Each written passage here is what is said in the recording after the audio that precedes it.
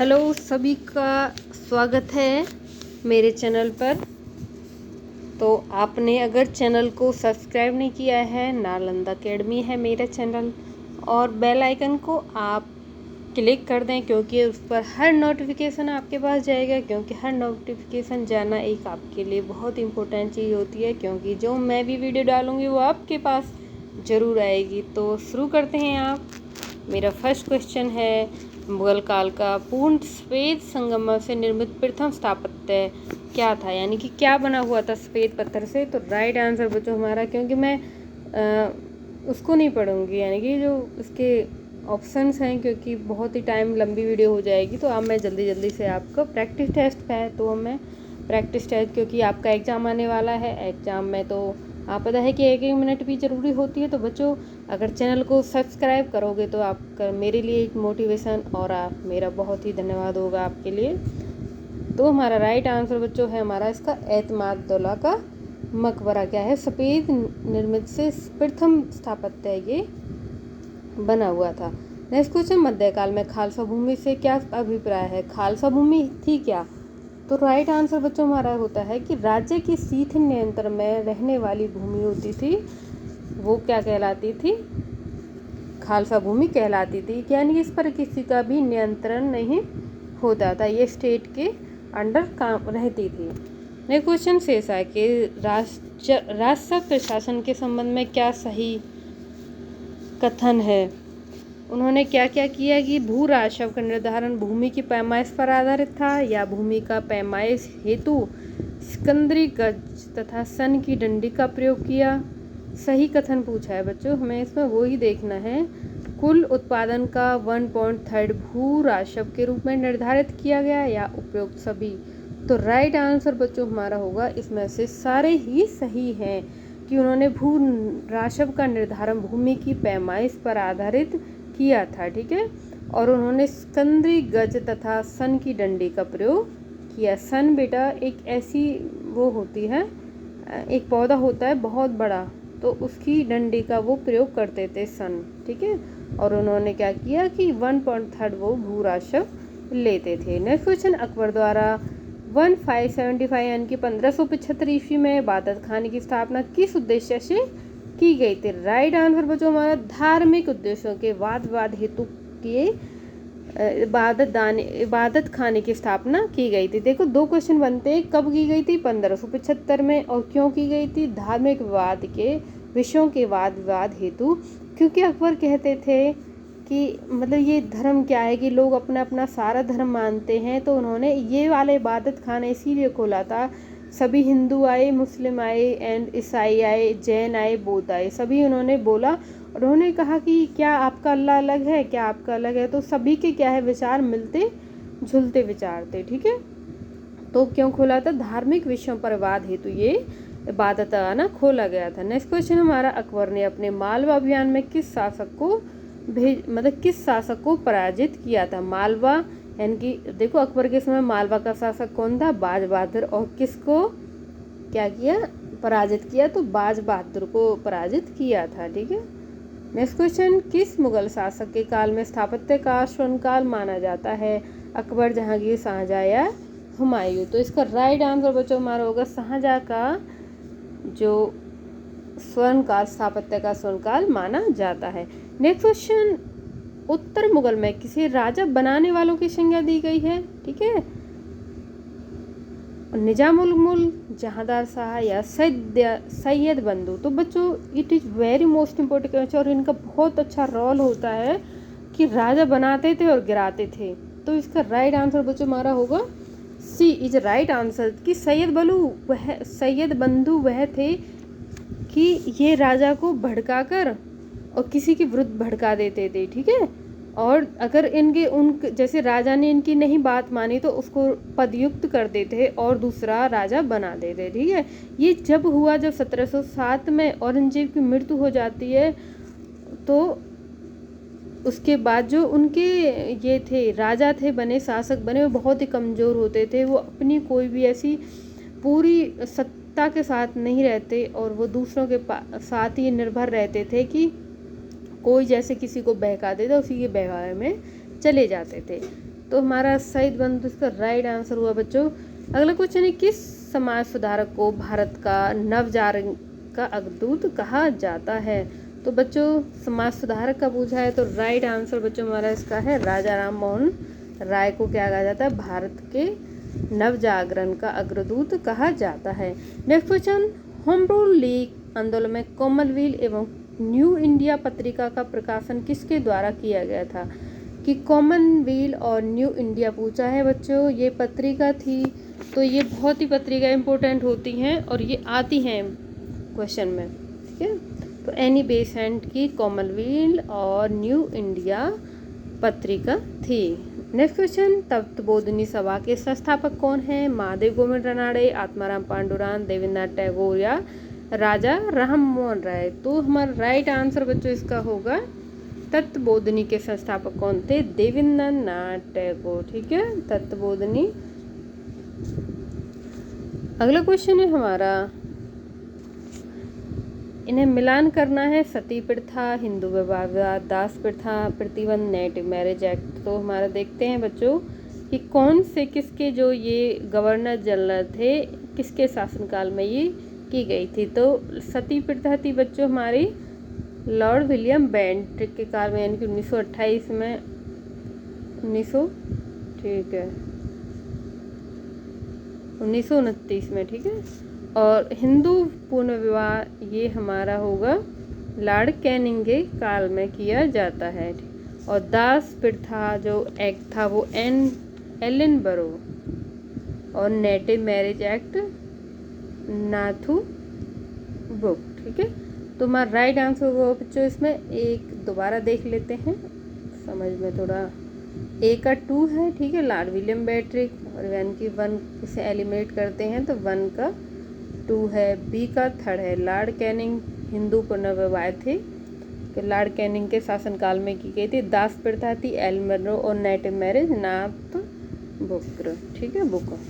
अगला क्वेश्चन है हमारा, गांधी जी को महात्मा की उपाधि किसने प्रदान की थी? तो बच्चों ये very very easy question and very very most important question. तो बच्चों इसका राइट आंसर होगा हमारा रविंद्रनाथ टैगोर ने महात्मा की उपाधि प्रदान की थी, किसको? गांधी जी को। Next question is, Nehru report की संतुष्टियों में शामिल नहीं था, ठीक है, संतुष्टियों में शामिल नहीं था।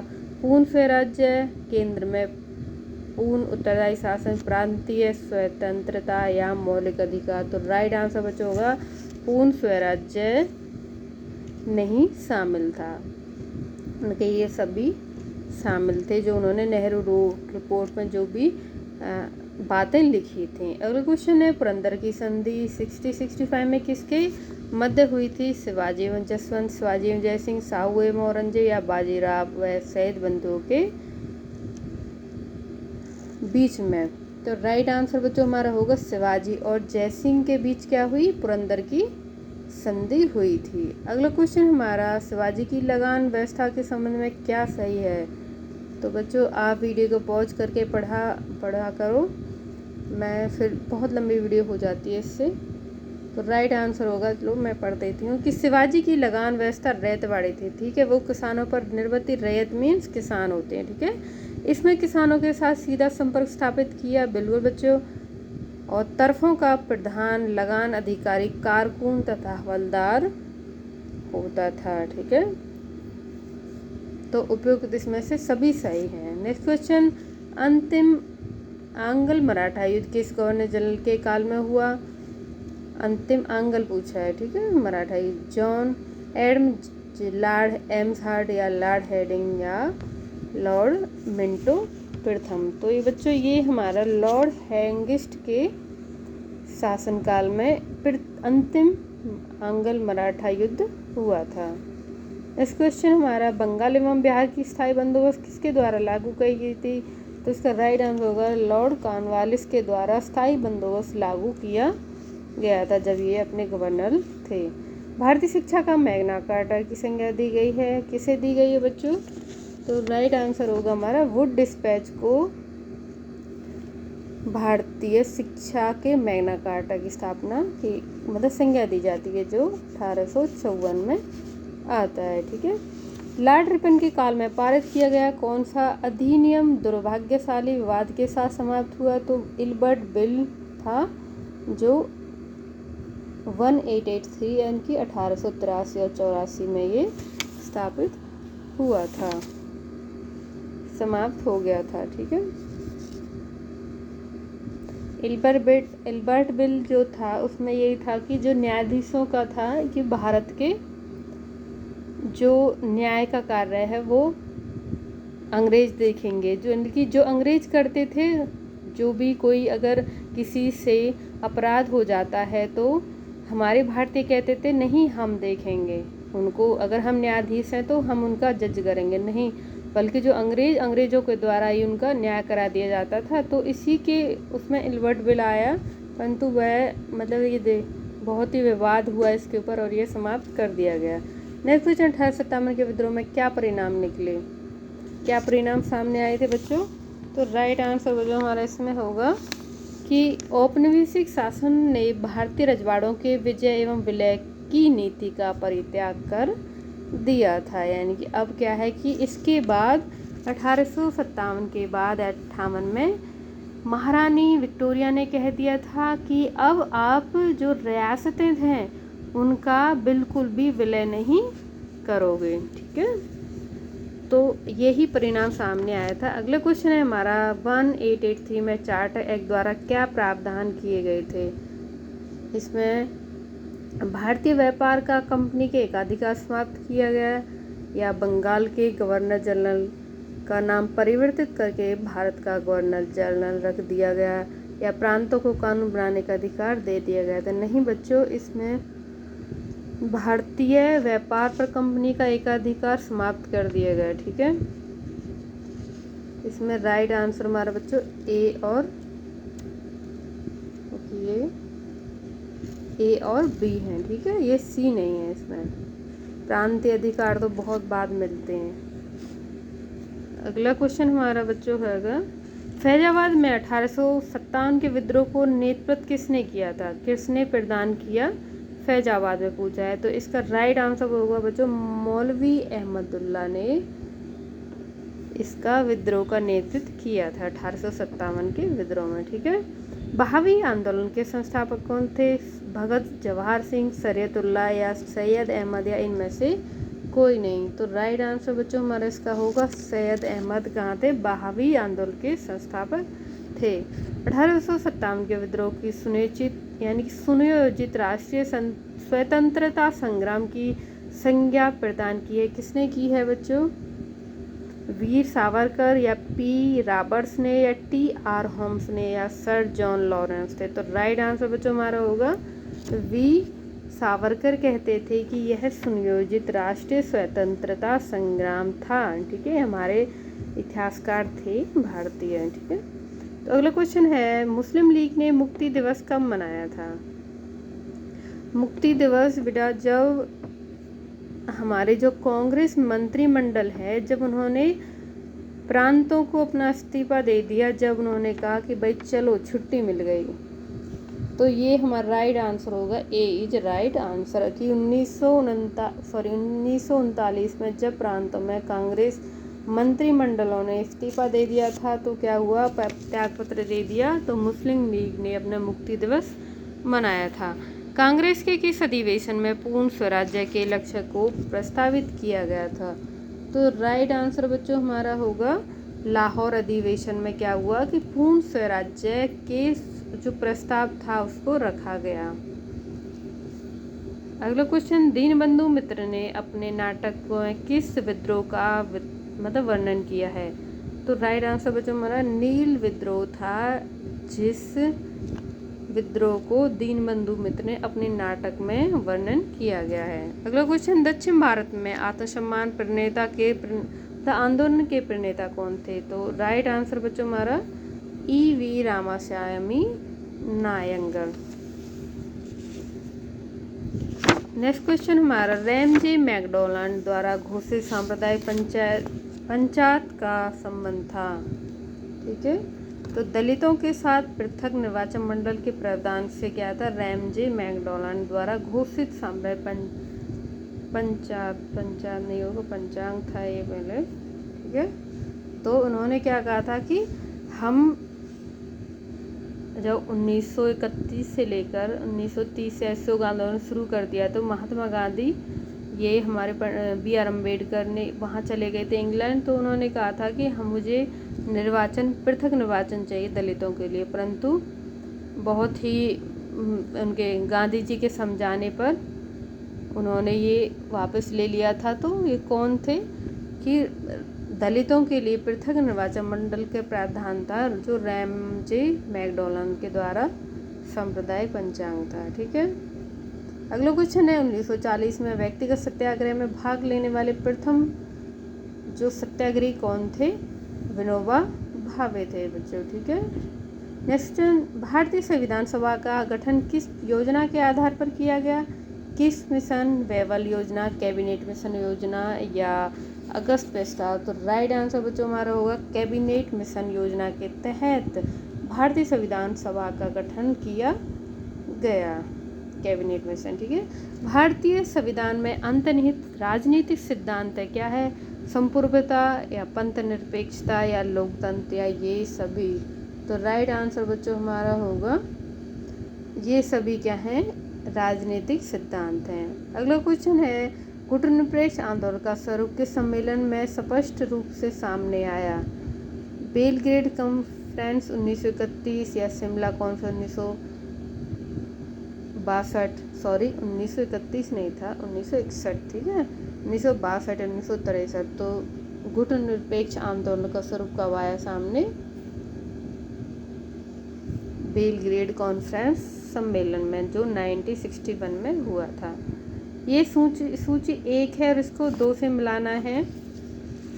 तो सबसे पहला क्वेश्चन इसमें है, लेखक एक पुस्तकें हैं कि हाल थे उनकी जो गाथा सप्तमी थी, ठीक है, उनकी पुस्तक कौन थी? गाथा सप्तमी। तो कलहन की नागसेन की हमारी मिलितपन हो, ठीक है। कलहन की राजतरंगिणी एंड भवभूति की मालती माधव। तो राइट आंसर इससे हमारा सी बैठता है, ठीक है। नेक्स्ट क्वेश्चन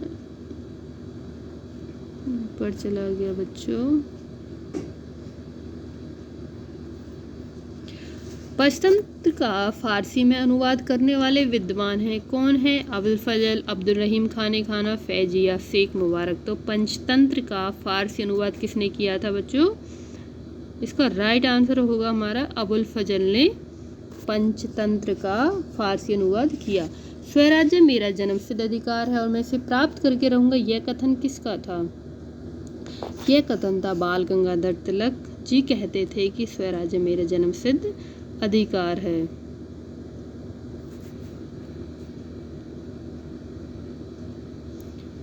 आगे देखते हैं, लंदन में इंडियन होम रूल सोसाइटी की स्थापना किसने की थी? वीर सावरकर, मदनलाल धिंगरा, श्यामलाल जी कृष्ण वर्मा या तारकनाथ दास। तो राइट आंसर बच्चों हमारा होगा इसमें श्याम जी कृष्ण वर्मा थे। उन्होंने क्या किया कि लंदन में इंडियन होम रूल सोसाइटी की स्थापना की थी और वहाँ के लोगों को जागरूक किया कि देखो कि इंडिया और भारत में, मतलब भारत में अंग्रेज किस तरह से अत्याचार कर रहे हैं। तो वहाँ के लोग भी बहुत ही सोसाइटी में जुड़ गए थे।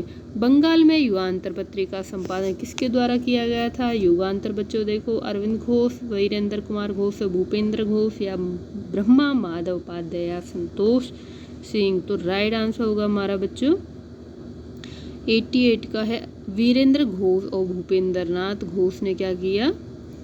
बंगाल में युगांतर पत्रिका का संपादन किया। नेक्स्ट क्वेश्चन, साइमन कमीशन का बहिष्कार क्यों किया गया था? क्योंकि इसमें कोई भी भारतीय सदस्य नहीं था। It is very easy question है हमारा ये कि राम प्रसाद बिस्मिल एवं आशफुल्लाह को किस मुकदमे में फांसी की सजा हुई थी? तो हमारा बच्चों इसका राइट आंसर होगा काकोरी षड्यंत्र केस के तहत इनको किसकी सजा हुई? राम प्रसाद बिस्मिल और आशफुल्लाह को इसकी फांसी की सजा सुनाई गई। स्वराज्य पार्टी के गठन किसके प्रयासों से हुआ? तो बच्चों ये आता है क्वेश्चन, वेरी इंपॉर्टेंट है, मैच मिलान में आ जाता है। तो मोतीलाल नेहरू और CR दास कौन थे? स्वराज्य पार्टी के गठन के प्रयासों के कारण ही ये हुई थी। ठीक है, आगे देखते हैं। रविंद्रनाथ टैगोर ने किस घटना के विरोध में नाइट की उपाधि त्याग दी? तो बच्चों इसका जलियांवाला हत्याकांड होगा, जब क्योंकि बहुत ही लोगों ने, जो अमृतसर है वहाँ पर बहुत ही कुएं में और एक सभा हो रही थी, तो जनरल डायर ने क्या कह दिया, आदेश चला दिया, तो बहुत ही लोग मरे थे, जिसके कारण उन्होंने रविंद्रनाथ टैगोर ने उनकी नाइट की उपाधि त्याग दी थी। 92 का बी है। आगे क्वेश्चन है, शिवाजी के शासनकाल में आय का प्रमुख स्रोत क्या था? इसका राइट आंसर बच्चों हमारा होगा सी, चौथ और सरदेश मुखी शिवाजी के शासनकाल में आय के प्रमुख स्रोत थे, यानी कि यहीं से आता था। अगला क्वेश्चन है, औपनिवेशिक न्याय की व्यवस्था के संबंध में क्या सही है? कि कॉर्नवालिस कोड संहिता के अंतर्गत कलेक्टर सभी न्यायिक एवं दंड अधिकारियों से वंचित कर दिए गए, या 1833 ईस्वी में एक्ट के द्वारा कानून बनाने के सारे अधिकार गवर्नर जनरल को हस्तांतरित कर दिए गए, या 1861 1861 में इंडियन हाई कोर्ट एक्ट पारित हुआ, या उपयोग सभी। तो राइट आंसर बच्चों हमारा होगा, इसमें से सभी सही हैं, जो औपनिवेशिक न्यायिक व्यवस्था के दायरे में ये सभी आते हैं। ठीक है, अगला क्वेश्चन हमारा होगा बच्चों, भारत में अंग्रेजी साम्राज्य के विस्तार हेतु किसने सहायक संधि प्रणाली का परिचय किया, यानी कि किसने शुरू की थी? तो लॉर्ड वेलोजिनी ने क्या की थी, ये सहायक संधि थी वो शुरू की थी। अगला क्वेश्चन, गुलरुखी उपनाम से कविता लिखने वाला कौन था? गुलरुखी लिखता था। तो राइट आंसर बच्चों हमारा होगा सिकंदर शाह लोधी क्या थे? गुलमुखी या गुलरुखी ऐसे वर्ड मिलते हैं इसमें, उनसे ये कविता लिखता था। पानीपत का प्रथम विश्व युद्ध किसके साथ हुआ बच्चों? तो it is very easy question है और इम्पोर्टेंट भी है। तो बच्चों इसका हुआ हमारा पानीपत का प्रथम युद्ध हुआ था बाबर और इब्राहिम लोदी के साथ। जो बाबर आया था वहाँ से 1526 में, और इब्राहिम लोदी वंश था, ये आखिरी वंश होता है, इसी को ख़त्म करके इन्होंने मुग़ल साम्राज्य की नींव डाली थी। तो बच्चों मेरा ये लास्ट क्वेश्चन था। तो वीडियो कैसा लगा, वीडियो लाइक एंड सब्सक्राइब करें चैनल को, और मैं अभी आपके लिए बहुत ही अच्छी वीडियो लाऊंगी जो भी महत्वपूर्ण होंगी। तो बच्चों थैंक यू सो